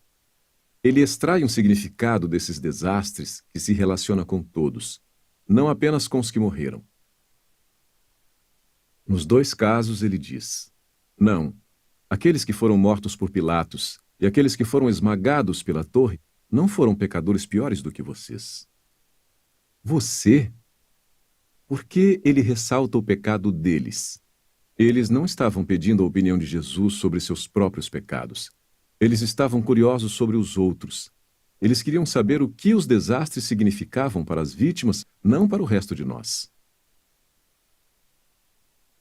É isso que torna a resposta de Jesus maravilhosa. Em essência, ele diz que o significado daqueles desastres é para todos. E a mensagem é: arrependa-se ou pereça. Ele diz isso duas vezes. Se, porém, não se arrependerem, todos vocês também perecerão. Lucas 13:3. Se não se arrependerem, todos vocês também perecerão. 13:5. Uma chamada misericordiosa enquanto há tempo. O que Jesus estava fazendo? Ele estava redirecionando o espanto das pessoas. O espaço que levou aquelas pessoas a questionarem Jesus estava equivocado. Eles ficaram surpresos que algumas pessoas foram mortas tão cruelmente e esmagadas tão despropositadamente. Mas Jesus disse: o que deveria lhes surpreender é que não foram vocês os que foram assassinados e esmagados. De fato, se vocês não se arrependerem, um dia encontrarão um juízo similar. Disso, deduzo que Deus tem uma mensagem misericordiosa em todos esses desastres. A mensagem é que somos todos pecadores, destinados à destruição, e desastres são uma convocação graciosa de Deus para nos arrependermos e sermos salvos enquanto há tempo. Jesus trocou o foco dos mortos para os vivos e essencialmente disse: não vamos falar sobre os mortos, vamos conversar sobre você. Isso é mais urgente. O que aconteceu com eles é sobre você. Seu maior problema não é o pecado deles, mas o seu pecado. Eu entendo que essa é a mensagem de Deus para o mundo neste surto de coronavírus. Ele chama o mundo ao arrependimento enquanto há tempo. O que significa arrependimento? Vamos ser mais específicos. O que significa arrependimento? A palavra no Novo Testamento significa uma mudança de coração e mente. Não é uma mudança superficial de opinião, mas uma profunda transformação para que percebamos e valorizemos Deus e Jesus por quem realmente são. Jesus descreveu a mudança desta forma: ame o Senhor seu Deus de todo o seu coração, de toda a sua alma e de todo o seu entendimento. Mateus 22:37. Quem ama o seu pai ou a sua mãe mais do que a mim, não é digno de mim. Quem ama o seu filho ou a sua filha mais do que a mim, não é digno de mim. Mateus 10:37. Em outras palavras, a mudança mais fundamental do coração e da mente que o arrependimento exige é valorizar Deus com tudo o que se é e valorizar Jesus mais do que todas as outras relações. Porque Jesus nos ameaçaria com a morte. A razão pela qual Jesus disse que todos nós iremos também perecer se não nos arrependermos é que todos trocamos o tesouro que Deus é por coisas menores que amamos mais. Romanos 1:22-23. E todos tratamos Jesus como menos desejável do que dinheiro e entretenimento e amigos e família. A razão pela qual todos nós merecemos perecer não é uma lista de regras que quebramos, mas um valor infinito que desprezamos, o valor infinito de tudo o que Deus é para nós em Jesus Cristo. Despertando das nossas preferências suicidas. Arrependimento significa despertar das nossas preferências suicidas por latão em vez de ouro, fundações de areia em vez de rocha sólida, brincadeiras na sarjeta em vez de férias na praia. Como C.S. Lewis escreve: somos criaturas medíocres, brincando com bebida, sexo e ambição, quando a alegria infinita nos é oferecida. Como uma criança ignorante que prefere fazer castelos de lama em meio à insalubridade, por não imaginar o que significa o convite de passar um feriado na praia. nos contentamos com muito pouco. A alegria infinita que Lewis menciona é a experiência de ver, saborear e compartilhar o valor, a beleza e a grandeza de Cristo. Instigados a confiar em Cristo. O que Deus está fazendo através do coronavírus é nos mostrar graficamente, dolorosamente, que nada neste mundo oferece a segurança e a satisfação que encontramos na grandeza e dignidade infinitas de Jesus. Essa pandemia global toma a nossa liberdade de locomoção, as nossas atividades comerciais e as nossas relações face a face. Isso tira a nossa segurança e o nosso conforto. E, em última instância, pode tirar as nossas vidas. A razão pela qual Deus nos expõe a tais perdas é nos instigar a confiar em Cristo. Ou, em outras palavras, a razão pela qual ele faz da calamidade a ocasião para oferecer Cristo ao mundo é que a grandeza suprema e totalmente gratificante de Cristo brilha mais intensamente quando Cristo sustenta a alegria no sofrimento. Dom do desespero. Considere, por exemplo, por que Deus levou Paulo a um ponto de desespero da própria vida. Porque não queremos, irmãos, que vocês fiquem sem saber que tipo de tribulação nos sobreveio na província da Ásia. Foi algo acima das nossas forças, a ponto de perdermos a esperança, até da própria vida. De fato, tivemos em nós mesmos a sentença de morte, para que não confiássemos em nós mesmos, e sim no Deus que ressuscita os mortos. 2 Coríntios 1, 8-9. Paulo não vê essa experiência de desespero como satânica ou aleatória. Ela tem um propósito. E é o propósito de Deus que é mencionado. Essa experiência de risco de vida foi para que não confiássemos em nós mesmos, e sim no Deus que ressuscita os mortos. 1:9. Esta é a mensagem do coronavírus. Pare de confiar em si mesmos e voltem-se para Deus. Você nem pode conter a morte. Deus pode ressuscitar os mortos. E é claro, confiar em Deus não significa que os cristãos se tornam inativos. Cristãos nunca foram pessoas inativas. Isso significa que Deus é o fundamento, padrão e o objetivo de todas as nossas ações. Como Paulo disse, trabalhei muito mais do que todos eles. Todavia, não eu, mas a graça de Deus comigo. 1 Coríntios 15:10. O coronavírus nos chama a considerar Deus como a realidade mais presente e importante de nossas vidas. Nossas vidas dependem dele mais do que da respiração. E às vezes Deus tira o nosso fôlego para nos trazer para si mesmo. O significado dos espinhos. Ou considere o propósito de Deus no doloroso espinho na carne de Paulo. Para impedir que eu me exaltasse por causa da grandeza dessas revelações, foi-me dado um espinho na carne, um mensageiro de Satanás para me atormentar. 3 vezes roguei ao Senhor que o tirasse de mim. Mas ele me disse: minha graça é suficiente para você, pois o meu poder se aperfeiçoa na fraqueza. Portanto, eu me gloriarei ainda mais alegremente em minhas fraquezas, para que o poder de Cristo repouse em mim. 2 Coríntios 12, 7-9, NVI. Paulo foi abençoado com grandes revelações. Deus viu o perigo do orgulho. Satanás viu o perigo da verdade e da alegria. Deus governa sobre a estratégia de Satanás, de modo que aquilo que Satanás pensa que arruinará o testemunho de Paulo, na verdade, contribui para a sua humildade e alegria. Paulo recebe um espinho na carne, um mensageiro de Satanás e um mensageiro de Deus. Não sabemos o que é esse espinho, mas sabemos que espinhos são dolorosos. E sabemos que Paulo pediu 3 vezes que Cristo os retirasse. Mas Cristo não o fez. Ele tem um propósito para essa dor, ou seja, meu poder se aperfeiçoa na fraqueza, 12:9. Seu propósito é que, através da fé e da alegria inabaláveis de Paulo, Cristo brilhe como sendo mais valioso que a saúde. A resposta de Paulo a esse propósito? Eu me gloriarei ainda mais alegremente em minhas fraquezas, 12:9, ênfase adicionada. Alegremente. Como pode ser? Por que Paulo está disposto a abraçar seu espinho com alegria? Porque seu maior objetivo na vida é que Cristo seja magnificado em seu corpo, seja pela vida ou pela morte. Filipenses 1:20.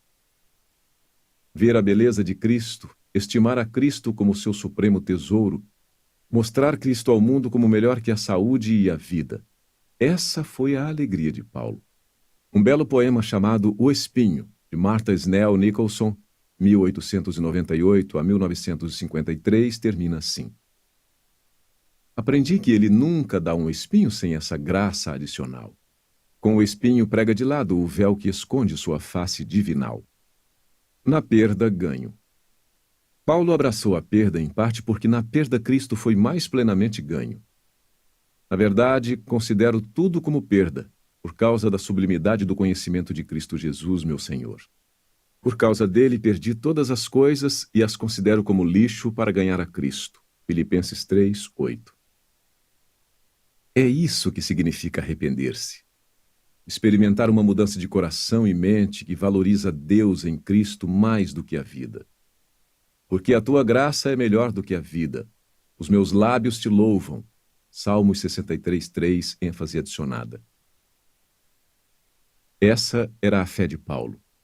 Isso era verdade na vida e na morte. Na vida, porque Cristo é a doçura de todo prazer, e melhor que todos eles.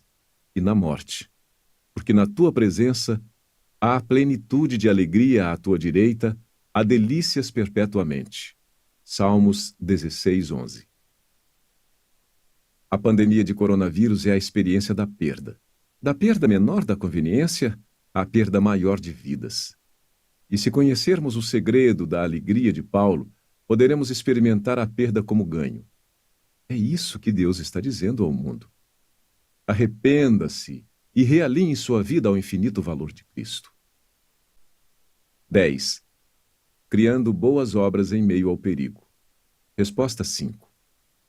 O coronavírus é a convocação de Deus ao seu povo para superar a autocomiseração e o medo, e com alegria corajosa, fazer as boas obras do amor que glorificam a Deus.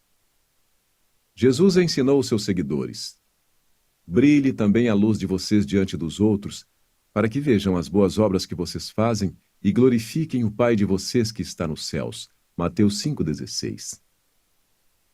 Geralmente, não se nota sobre ser sal da terra e luz do mundo que o testemunho é mais salgado e mais brilhante justamente porque as boas obras deveriam ser feitas mesmo em meio ao sofrimento. Brilho na escuridão do perigo. Jesus tinha acabado de dizer: bem-aventurados são vocês quando por minha causa os insultarem e os perseguirem, e mentindo disserem todo o mal contra vocês. Alegrem-se e exultem, porque é grande a sua recompensa nos céus. Mateus 5:11-12. E então, sem interrupção, ele diz: vocês são o sal da terra. Vocês são a luz do mundo. Mateus 5:13-16. Não são meras boas obras que dão ao cristianismo seu sabor e seu brilho. São boas obras a despeito do perigo. Muitos não cristãos fazem boas obras, mas raramente as pessoas dão glória a Deus por causa delas. Sim, o perigo em Mateus 5 era a perseguição e não doença. Mas o princípio permanece. As ações de amor no contexto do perigo, sejam doenças ou perseguições, apontam mais claramente para o fato de que essas ações são sustentadas pela esperança em Deus. Por exemplo, Jesus diz: ao dar um banquete, convide os pobres, os aleijados, os coxos e os cegos. E você será bem-aventurado pelo fato de não terem eles com que recompensá-lo. A sua recompensa você receberá na ressurreição dos justos. Lucas 14:13-14. A esperança em Deus além da morte, a sua recompensa você receberá na ressurreição, sustenta e fortalece boas obras que não têm perspectiva de recompensa nesta vida. O mesmo vale para as boas obras que nos colocam em perigo, especialmente o perigo de morte. Como Pedro aplicou os ensinos de Jesus. O apóstolo Pedro, mais do que qualquer outro escritor do Novo Testamento, capta o ensino explícito de Jesus sobre boas novas. Tendo conduta exemplar no meio dos gentios, para que quando eles os acusarem de malfeitores, observando as boas novas que vocês praticam, glorifiquem a Deus no dia da visitação. 1 Pedro 2:12. E Pedro também faz o mesmo ponto sobre as boas obras diante do perigo. Ele diz: os que sofrem segundo a vontade de Deus, entreguem a sua alma ao fiel Criador na prática do bem. 1 Pedro 4,19. Em outras palavras, não deixe a possibilidade ou a realidade de sofrer impedi-lo de fazer boas obras. Cristo morreu para criar boas obras em meio ao perigo.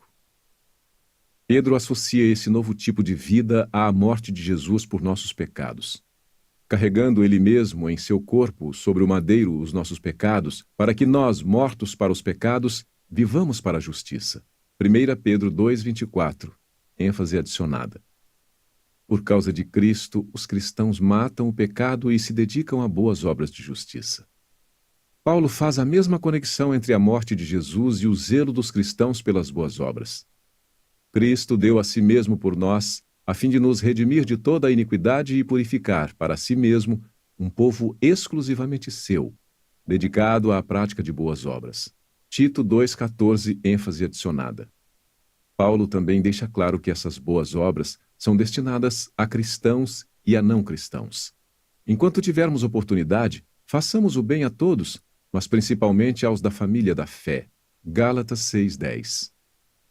Tenham cuidado para que ninguém retribua aos outros mal por mal. Pelo contrário, procurem sempre o bem uns dos outros e o bem de todos. 1 Tessalonicenses 5,15. Cristo é magnificado através da bondade arriscada. O objetivo final de Deus para o seu povo é que glorifiquemos sua grandeza e magnifiquemos o valor de seu Filho Jesus Cristo. Se vocês comem ou bebem ou fazem qualquer outra coisa, façam tudo para a glória de Deus. 1 Coríntios 10:31. Minha ardente expectativa e esperança é que Cristo será engrandecido no meu corpo, quer pela vida, quer pela morte. Filipenses 1:20. Deus glorificado em tudo. Cristo magnificado em vida e morte. Esse é o grande objetivo dado por Deus para a vida humana. Portanto, um dos propósitos de Deus no coronavírus é que seu povo mate a autopiedade e o medo, e se dedique a boas obras na presença do perigo. Os cristãos se inclinam para a necessidade, não para o conforto. Em direção ao amor, não à segurança. É assim que nosso Salvador é. Foi para isso que ele morreu. Exemplo da Igreja Primitiva. Rodney Stark, em seu livro sobre o triunfo do cristianismo, salienta que nos primeiros séculos da Igreja cristã, o princípio verdadeiramente revolucionário era que o amor e a caridade cristã deveriam se estender além dos limites da família e até da fé, para todos os necessitados. Duas grandes pragas atingiram o Império Romano em 165 e 251 d.C. Fora da Igreja cristã, não havia fundamento cultural ou religioso para misericórdia e sacrifício.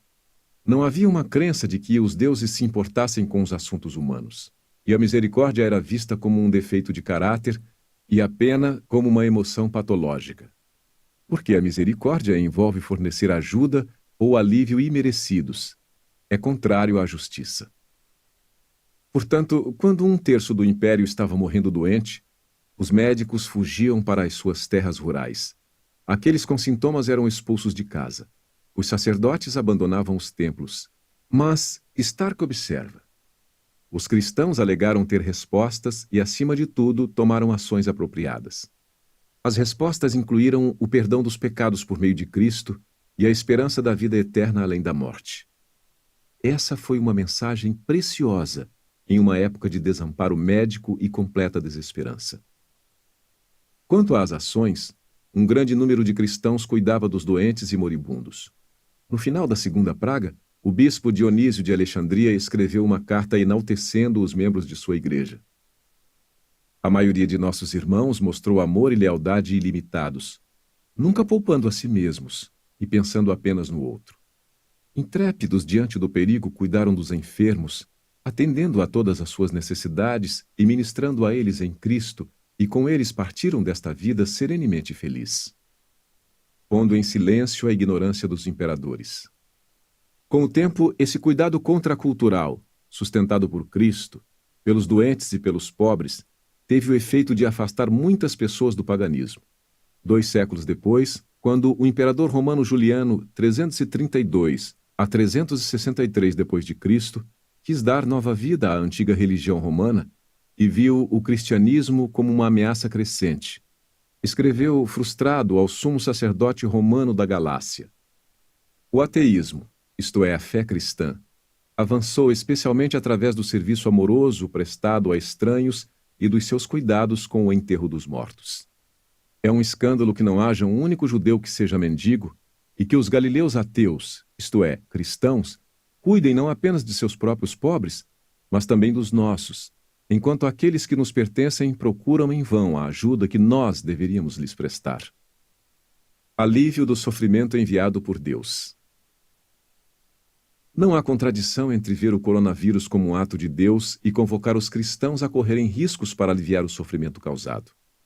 Desde que, na queda, Deus submeteu o mundo ao pecado e à miséria, Ele ordenou que seu povo buscasse resgatar os que perecem, mesmo que tenha sido Ele quem determinou o tal juízo. O próprio Deus veio ao mundo em Jesus Cristo para resgatar as pessoas de seu próprio julgamento justo. Romanos 5:9. É isso que a cruz de Cristo significa. Portanto, as boas obras do povo de Deus incluirão orações pela cura dos enfermos e para que Deus retenha sua mão e reverta a pandemia, providenciando a cura. Oramos pelo coronavírus e trabalhamos para aliviar seu sofrimento, da maneira que Abraham Lincoln orou pelo fim da Guerra Civil e trabalhou para acabar com ela, mesmo que a entendesse como um juízo de Deus. Sinceramente esperamos, fervorosamente oramos, que o poderoso flagelo desta guerra passe rapidamente. Contudo, se Deus quiser que continue, até que todas as riquezas acumuladas pelos 250 anos de trabalho escravo não remunerado afundem e até que cada gota de sangue arrancado pelo açoite seja pago por outra arrancada pela espada, como foi dito 3.000 anos atrás, ainda assim deve ser dito: os juízos do Senhor são verdadeiros e todos igualmente justos. Deus tem sua obra a fazer, muito disso em secreto. Nós temos a nossa. Se confiarmos nele e obedecermos à sua palavra, ele fará com que a sua sabedoria e o nosso serviço cumpram seus sábios e bons propósitos. 11. Desprendendo as raízes para alcançar as nações. Resposta 6. Através do coronavírus, Deus está desprendendo as raízes dos cristãos acomodados em todo o mundo para libertá-los para algo novo e radical e enviá-los com o Evangelho de Cristo aos povos não alcançados do mundo. Conectar o coronavírus a missões pode parecer uma ideia estranha, porque a curto prazo o coronavírus está inibindo as viagens, as migrações e o avanço missionário. Mas não estou pensando a curto prazo. Deus usou sofrimentos e convulsões históricas para mover a sua igreja aonde ela precisa ir. Estou sugerindo que ele fará isso novamente, como parte do impacto a longo prazo do coronavírus. Perseguição como estratégia missionária. Considere, por exemplo, como Deus moveu seu povo de Jerusalém em missões para a Judéia e Samaria. Jesus havia instruído seus discípulos a levar o Evangelho a todo o mundo, incluindo Jerusalém. Toda a Judéia e Samaria e até os confins da terra. Atos 1:8. Mas na época de Atos 8, parece que a missão estava estagnada em Jerusalém. O que seria necessário para levar a igreja a missões? Foi necessário a morte de Estevão e uma consequente perseguição. Assim que Estevão foi martirizado, Atos 7:60, uma perseguição eclodiu. Naquele dia teve início uma grande perseguição contra a igreja em Jerusalém. Todos, exceto os apóstolos, foram dispersos pelas regiões da Judéia e da Samaria. Os que foram dispersos iam por toda a parte pregando a palavra. Atos 8:1-4. Foi assim que Deus colocou o seu povo em movimento com martírio e perseguição. Finalmente, Judéia e Samaria estavam ouvindo o Evangelho. Os caminhos de Deus não são os nossos, mas sua missão é certa. Jesus disse isso. E sua palavra não pode falhar. Eu edificarei a minha igreja e as portas do inferno não prevalecerão contra ela. Mateus 16:18. E será pregado este Evangelho do reino por todo o mundo para testemunho a todas as nações. Mateus 24:14. Não pode ser proclamado, mas será proclamado. Contratempos como o avanço estratégico. Podemos pensar que o surto de coronavírus é um revés para as missões mundiais. Eu duvido. Os caminhos de Deus costumam incluir aparentes contratempos que resultam em grandes avanços. Em 9 de janeiro de 1985, o pastor Hristo Kulichev, pastor congregacional na Bulgária, foi detido e preso. Seu crime foi ter pregado em sua igreja, embora o Estado tivesse nomeado outro homem, a quem a congregação não elegeu como pastor. Seu julgamento foi um escárnio à justiça. Ele foi condenado a 8 meses de prisão. Durante seu tempo na prisão, ele fez Cristo conhecido de todas as maneiras que pôde. Quando saiu, ele escreveu: tanto prisioneiros quanto carcereiros fizeram muitas perguntas, e por fim acabou que tivemos um ministério muito mais frutífero lá do que esperaríamos na igreja.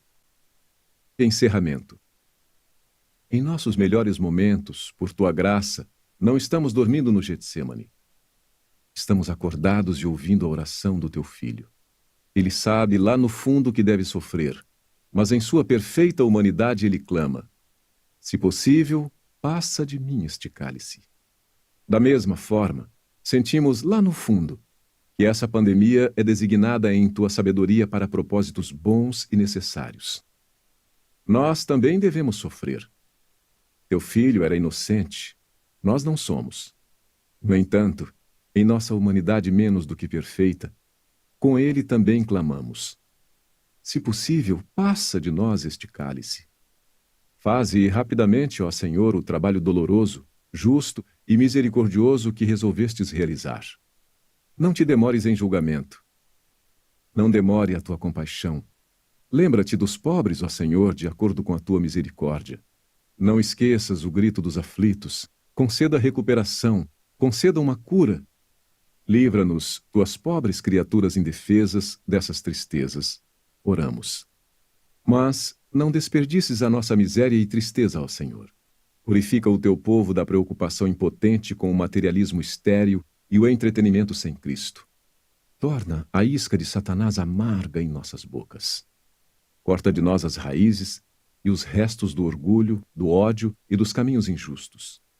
Concede-nos a capacidade de ficarmos indignados quando menosprezamos a tua glória. Abra os olhos do nosso coração para ver e saborear a beleza de Cristo. Inclina nossos corações à tua palavra, teu Filho e teu caminho. Enche-nos com coragem compassiva e faze um nome para ti mesmo através do serviço do teu povo. Estende a tua mão em grande avivamento para o bem deste mundo que perece. Que as terríveis palavras do Apocalipse não sejam proferidas nesta geração, porém não se arrependeram. Assim como feristes corpos, atinge agora as almas adormecidas. Proíba que eles permaneçam adormecidos nas trevas do orgulho e da descrença. Em tua grande misericórdia, fala a esses ossos. Viva!